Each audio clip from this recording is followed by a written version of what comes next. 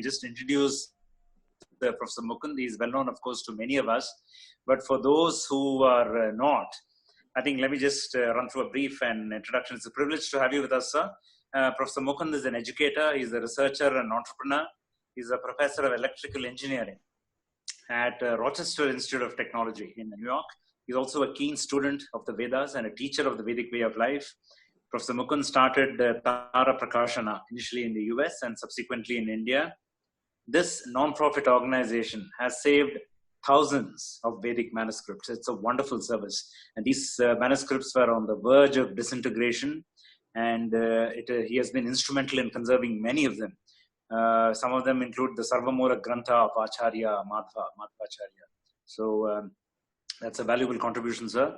And his work has been reported worldwide. I mean, agencies like BBC, CNN, and MSNBC have covered his work. And very recently, he started the Foundation for the Preservation of Knowledge in Penfield in New York that focuses on preservation and dissemination of our Vedic knowledge. Professor Mukund, sir, thank you very much for joining us early in the morning. And wonderful to have you with us here. And we are really looking forward to your talk. Over to you, sir. Ananta Gunapurnaya Dosha Duraya Vishnave Namashri Prananathaya Bhaktadishtapradaya Buddhirbalam Vishodhairyam Nirbhayatva Arogata Ajadyam Vakpatutvancha Hanumat Smaranat Bhavit. Shri Guru Bhyo Namaha. So, in the first place, I want to thank Harikiran ji and the Indic Academy for allowing me this opportunity to speak with you. In a way, I'm a misfit in the sense that, like it was just told, I'm a professor of electrical engineering. So I have spent close to 46 years in the field of electronics. And my professional area of expertise actually is in the design of integrated circuits. That is what people normally, informally refer to as chips. And so you may say, what are you doing here? And that's a valid question. And so what I'll do, I was told that I can take roughly about 20 minutes or so. So I'm going to split this talk, if you want to call it that, into 3 different parts. I'll take about 7-8 minutes per part. The very first one is what I would call Pitika, introduction, or setting up the context, not so much introduction, but giving it the context. And the second part, I will give you my anubhava, my thesis, if you will, what I'd like to say. I'm not here to prove any point or say that I know everything. I'd be the last person to say that. Excuse me. And the third part is I'd like to give you one example of what I'm attempting to convey to you. So if that is okay, let me start with the Pitika part. So when I am involved in something, I think of it as Vaidika karma. And like Arundhati ji said just a few minutes ago, and rightly so, jnana and karma go together. There's no jnana without karma, and there's no karma without jnana. And given that, when you look at that word karma, and you look at that word ritual, I don't think of myself as a ritualistic person, or not even a very religious person in that sense, in that definition.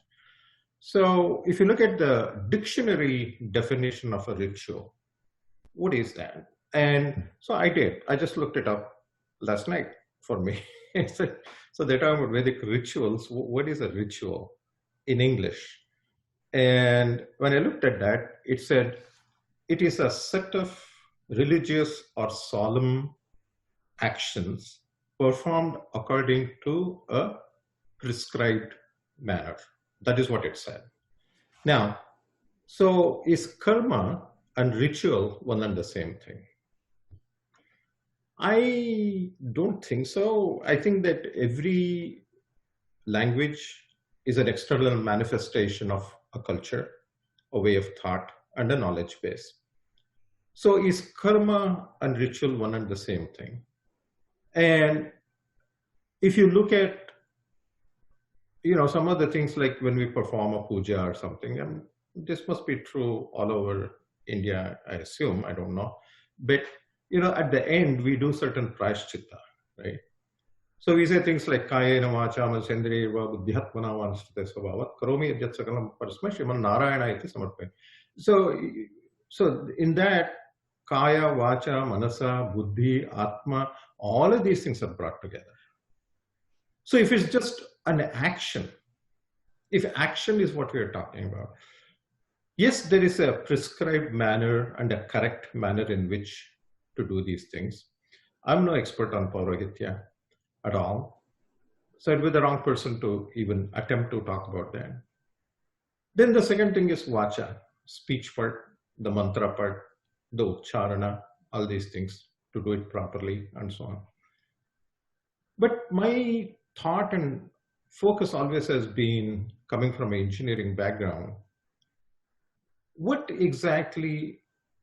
problem is being solved? Because even if you look at the Vedic Sampradaya, I'll give you one tiny thing from my own background. Over 50 years ago, when I started as a student in the field of electronics, I was told that there is this thing called electron. And I was told that it is a charge of 1.6 times 10 to the minus 19th of a coulomb. They just told me that. I could see it, I could measure it, I accepted it. If I had not accepted that fundamental axiom, I would not have done all the things I've done in my career. So when I look at the Vaidika Sampradaya, initially, like many people do, and again, the speaker before me sort of briefly said something about that. I was also, I grew up in a semi-traditional middle-class Brahmin family. And so again, not understanding what was going on and all that, I too went away from all this. And fortunately, I came back with the blessings of my guru. But so be it. I don't think that's very relevant in this context. But the point I'm trying to make is that when you look at karma, for me, if you look at the science part, there is science, engineering, and technology, even in the Vedas, I feel. This is just my opinion. You don't have to agree with me, but this is my opinion. So there's the science part, which is the fundamental principles that form the foundation of any knowledge base. And there are people who study these things. We need scientists in every field, but science does not solve problems for us. And for every single person, for a layman to come and say this is scientific or not scientific, to make such a conclusion, to me, is somewhat foolish. It's sort of like, suppose there is a professor of theoretical physics at MIT writing something on a board, and somebody who has not even studied high school physics were to walk by, look at some equation and say, what the heck is that? It's a random set of things. It doesn't make any sense. It's not scientific. And the professor is not even going to answer to this person because this person does not have the context and the education and the background to even understand what that equation is or means, for that matter.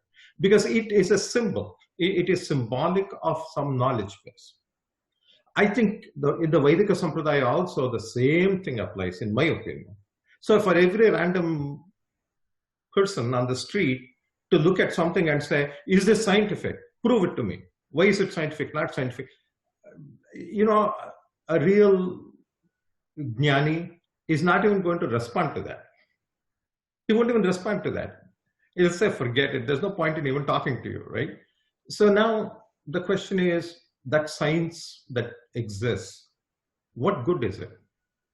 Well, therein comes, I think, the engineering aspect of it.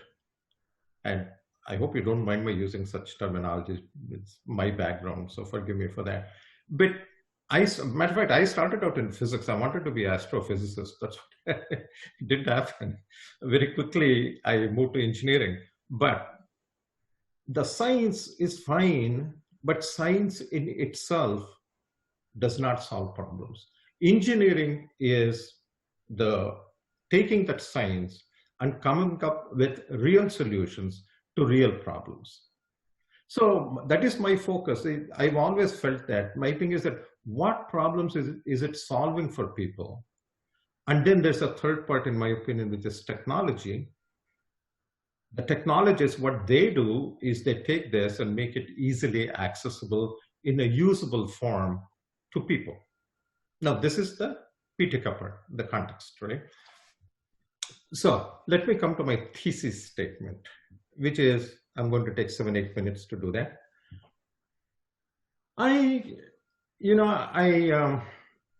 Like I said, I was 36 or something like that. I'm 68 now, so I'm talking about more than 30 years ago.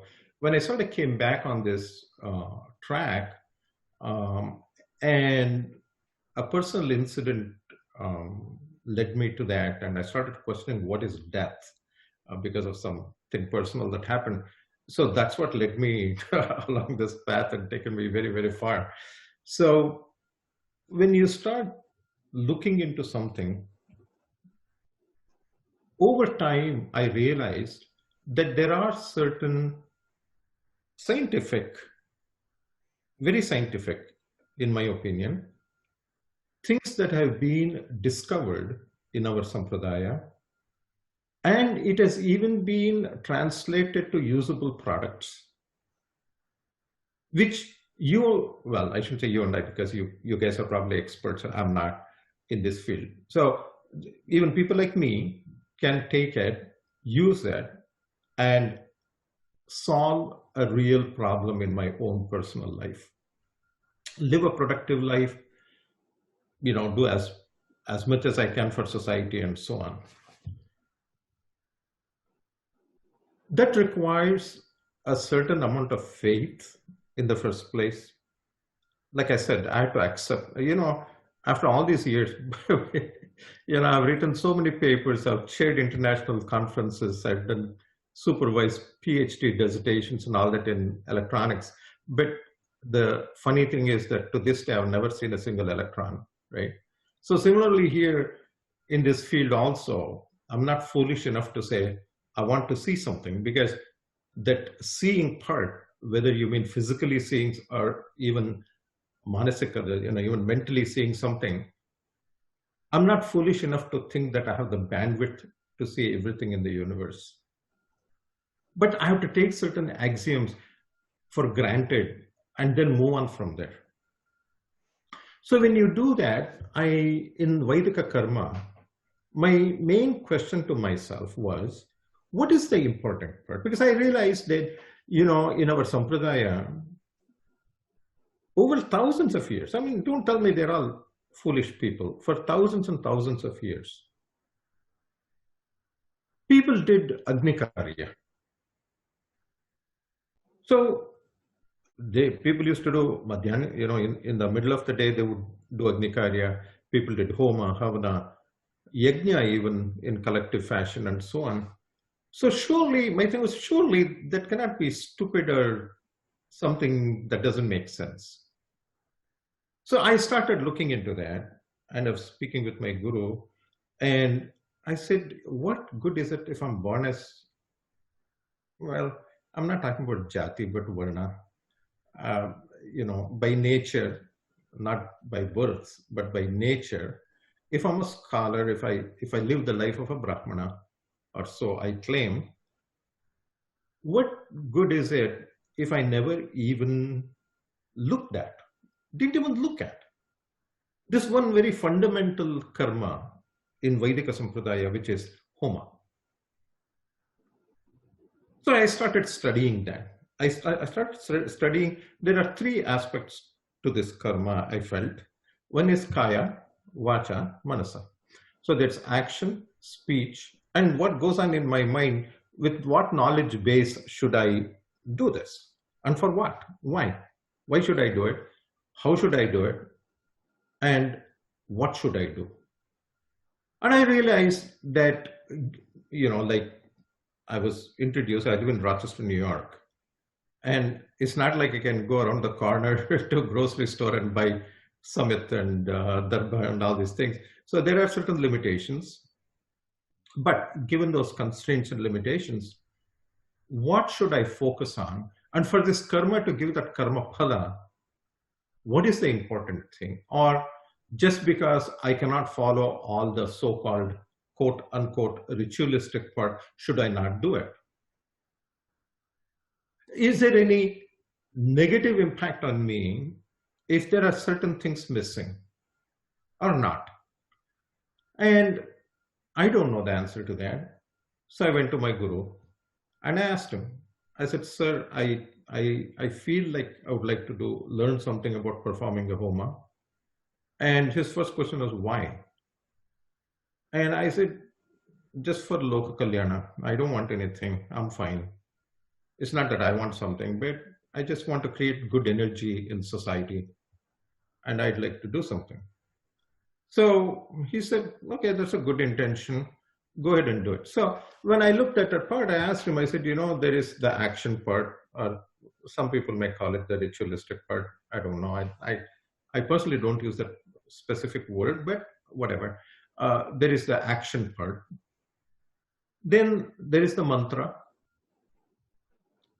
And the third part is what should go on in my mind? What should be the manasa? What's going on in my mind? With what knowledge base should I do this? So that it has good impact. Because after all, my goal is to just create good energy. I don't want to foolishly do something bad and create bad energy. It's better to just keep quiet and not do anything. So when I started looking into this part, I made a sankalpa that within 1 year, I will perform 108 Sudarshana Homa. Now, you may say that that's a foolish sankalpa, but I am that kind of person. I just, I want to do something. I just go in and do it. And in retrospect, unfortunately, I could not do it in 1 year. It took me about 15 months. But I learned the rudimentary parts of the ritualistic part. I got the Upadesha of the Sudarshana Mahamantra. But these are just two things that I had, just two things. The third part is the one that was bothering me a lot. And I said, what do I do? Like, what is in my mind? Do I just imagine a chakra, Sudarshana chakra, but not having experienced that, without that anubhava, what is it that should be there? And that part I felt was the most important thing.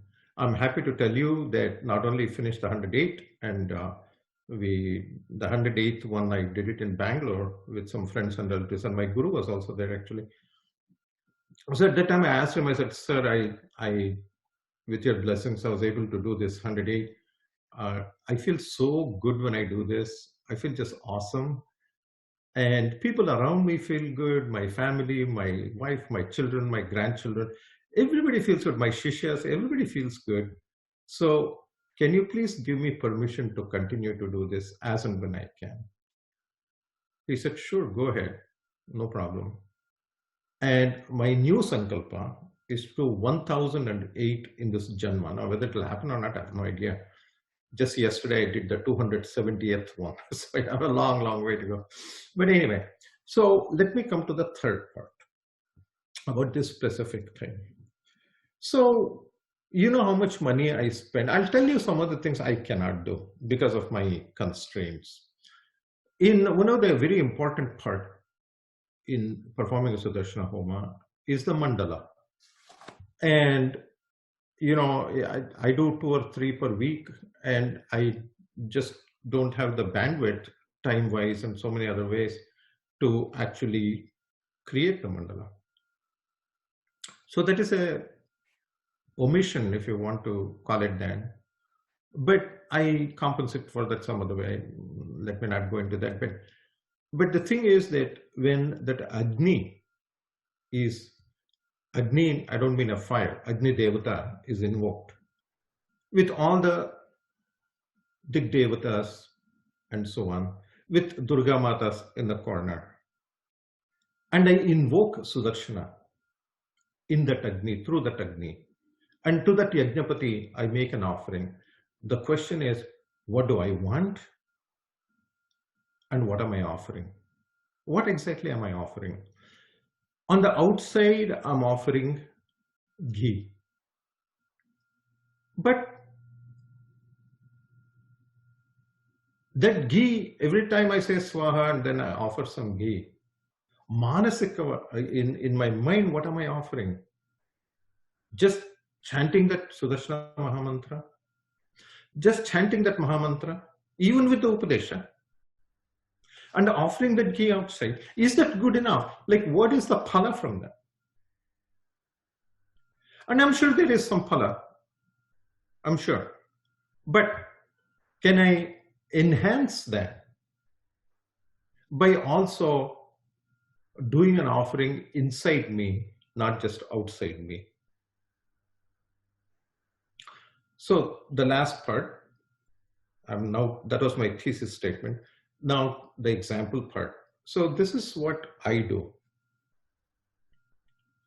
Yes, I know there are some constraints and some other things I do. I try not to do wrong things, but I may not be able to completely do all the right things. But given that, following as much yathashakti, as following as much as I can, with as much sincerity as I can muster, with as much bhakti as I can muster. After all, Sri Krishna himself said, offer me patra, pushpa, toyam. Either he meant it or he didn't. I want to assume that he did. So I offer the best I can with as much bhakti as I can, sincerity as I can. And the only thing I ask for is loka kalyana. That's all, nothing else, nothing else. So the last part I want to share with you is in this particular specific example. When you offer ghee outside, what is it symbolic of inside? Because after all, symbolism and numerology plays a very, very big part in Vedic Sampradaya. So the milk, after all, to make the ghee, we make ghee at home. My wife makes it for me at home so that I can use it. We don't go buy ghee. So our starting point is the milk. So what does this milk represent? And how did that milk get transformed to ghee? And why is it that the Yajnapati will accept that ghee but will not accept the milk? I cannot pour milk into the Agni. I cannot say swaha and I cannot offer milk directly. Why is it that it has been transformed into ghee before it is accepted? And in the thought process, the milk that comes from Gomata, I look at it as symbolic of Vedamata, the Vedic Jnana that comes from Vedamata. Just like the cow gives the milk for the calf, and after it drinks, we steal a little bit and drink it. Similarly here, conceptually for me, Vedamata, when she gives this Vedic Jnana to those Devata Shaktis, after they consume and everything, whatever is little left, after all, how much can I absorb? Very, very, very little. But whatever, even that small, very small part that I get, as nutritious as it is for me to offer it back to that Yajnapati, I cannot offer it in that form. That's the first thing I concluded. So that jnana that comes in, what has to happen to that? Well, in that process of going from milk to ghee, the very first thing we do is we boil the milk. We boil the milk and then we cool it down. So in this jnana, after all, Shravana, Manana, Nididhyasana, that process that we've been told, that Manana part, that contemplation, on that whatever little jnana I may get, That manana is to me equivalent of raising the energy and heating the milk. And the question is, why do you do that? Why do we heat the milk? We heat the milk so that all the unwanted components are gone from it. That's why we heat that. And then we let it cool down, because at that high energy level, if you put yesterday's curds, it will become paneer. It won't become curds. So you have to let it cool down. So whatever gnana I get, if I do tremendous manana on that, contemplate on that, and then let it cool down. And that concept of adding yesterday's curds and stirring it and letting it stay for a while, to me that is the equivalent of Guru Upadesha, Mantra Upadesha from my Guru. Because that's yesterday's knowledge. That is yesterday's solidified knowledge, which he got from his Guru. So always the question is, where did the first curds come from? Brahmanta Guru was Sakshat. That's all we can say. We don't know. It came from God. We have no idea. But the thing is that I was given that Upadesha from my Guru. Where did he get that? From his Guru. So that parampara is important. I cannot just sit randomly and do something. That connection has to be there. So that's why I went to my Guru and said, sir, can you please give me mantra upadesha? And when you take that, you stir it with your knowledge and let it sit there for a while. Just like the milk turns into curds, solidified knowledge, which has its own taste, it has its own characteristics. Even that I cannot offer in Homa. Even that I cannot offer. That has to be churned. So when you keep churning that is keep applying that every single day in your life, in every single thing I do. You know, even when I go teach, it may be a PhD level course in electronics.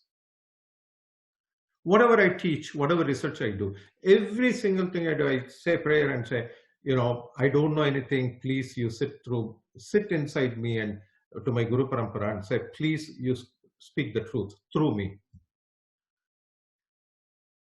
So when that is applied in every single thing we do, not just doing some homa or doing some puja in the morning, but every single, from the time I wake up till the time I go to sleep. If I keep churning that, out of that comes butter. And that is bhakti.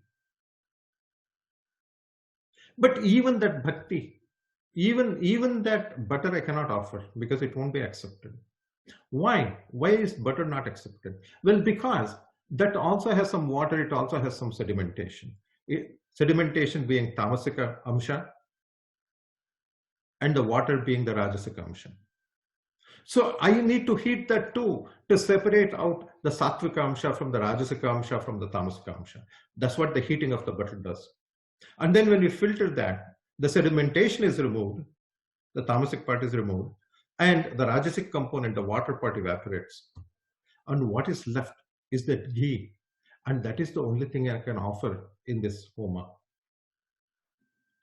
So it's not just me just offering some ghee, chanting some mantra and just saying swaha and then offer it.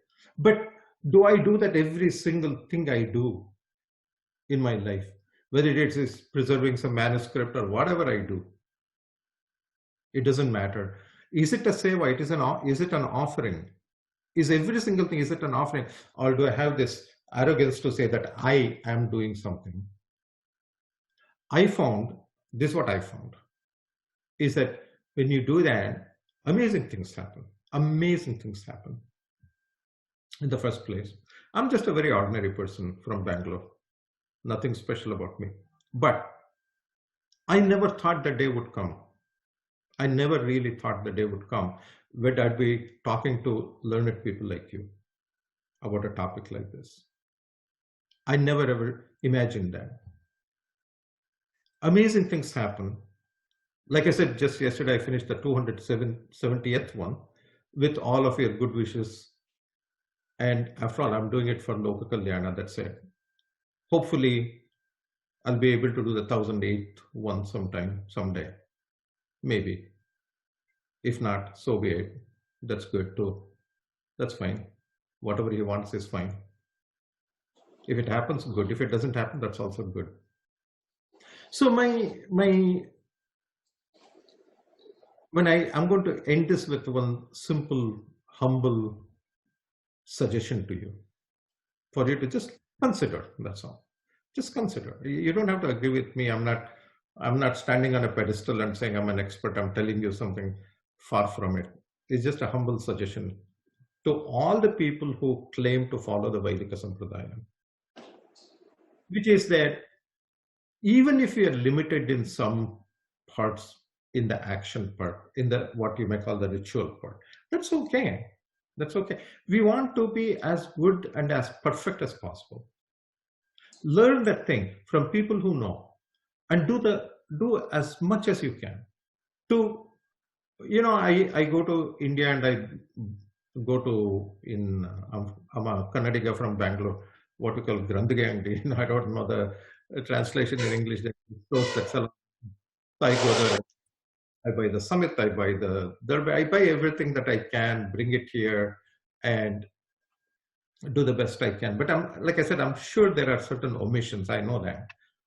But the mantra part with right upadesha, right guru connection.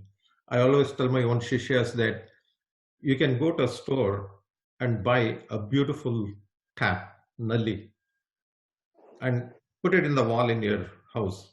The best, it may be made out of gold.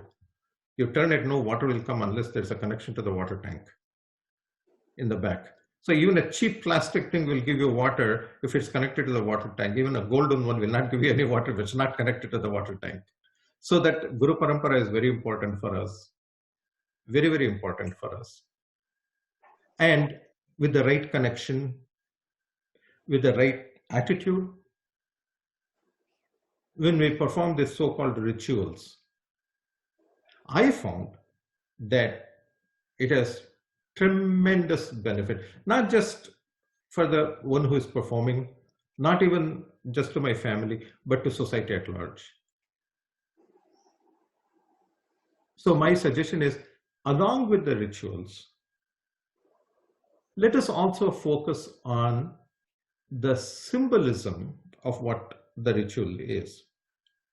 And how should that affect what I do, not while I'm doing that particular ritual, but how should that affect every single thing I do outside that ritual?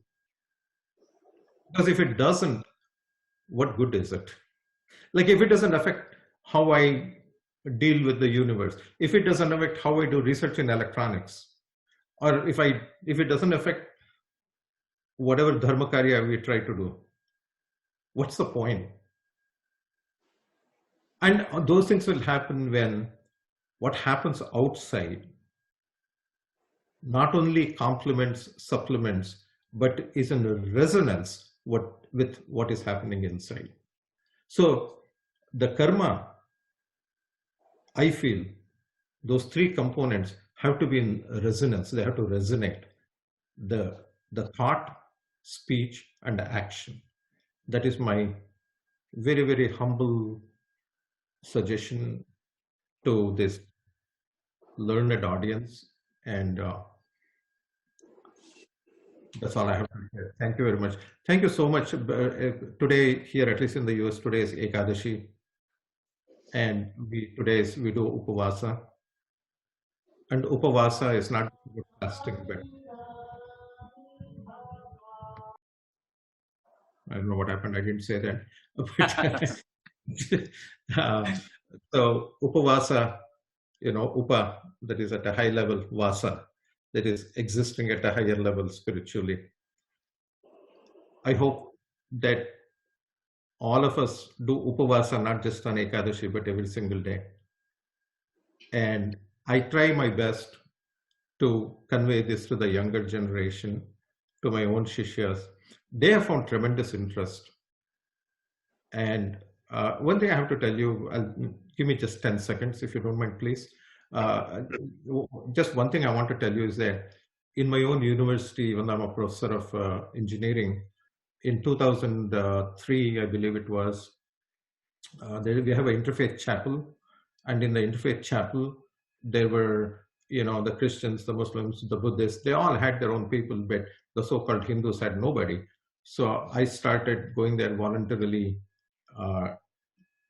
doing pravachana, just giving a talk once a week. and students started coming.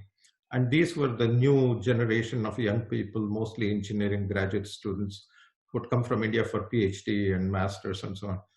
And this continued, and today it has grown quite a bit. And we always have this habit of blaming young people. My feeling is that if it is taught to them in the right way, in a manner in which they understand, they follow a lot of it. And I've been very pleasantly surprised at how involved these people have become. It is actually with their support, their seva, that whatever little gets done through our organization is called Tara Prakashana. We have a website. Let me put in a plug for that. It's Tara Prakashana, TARAPRAKSHANA.org. Take a look. That's what we do.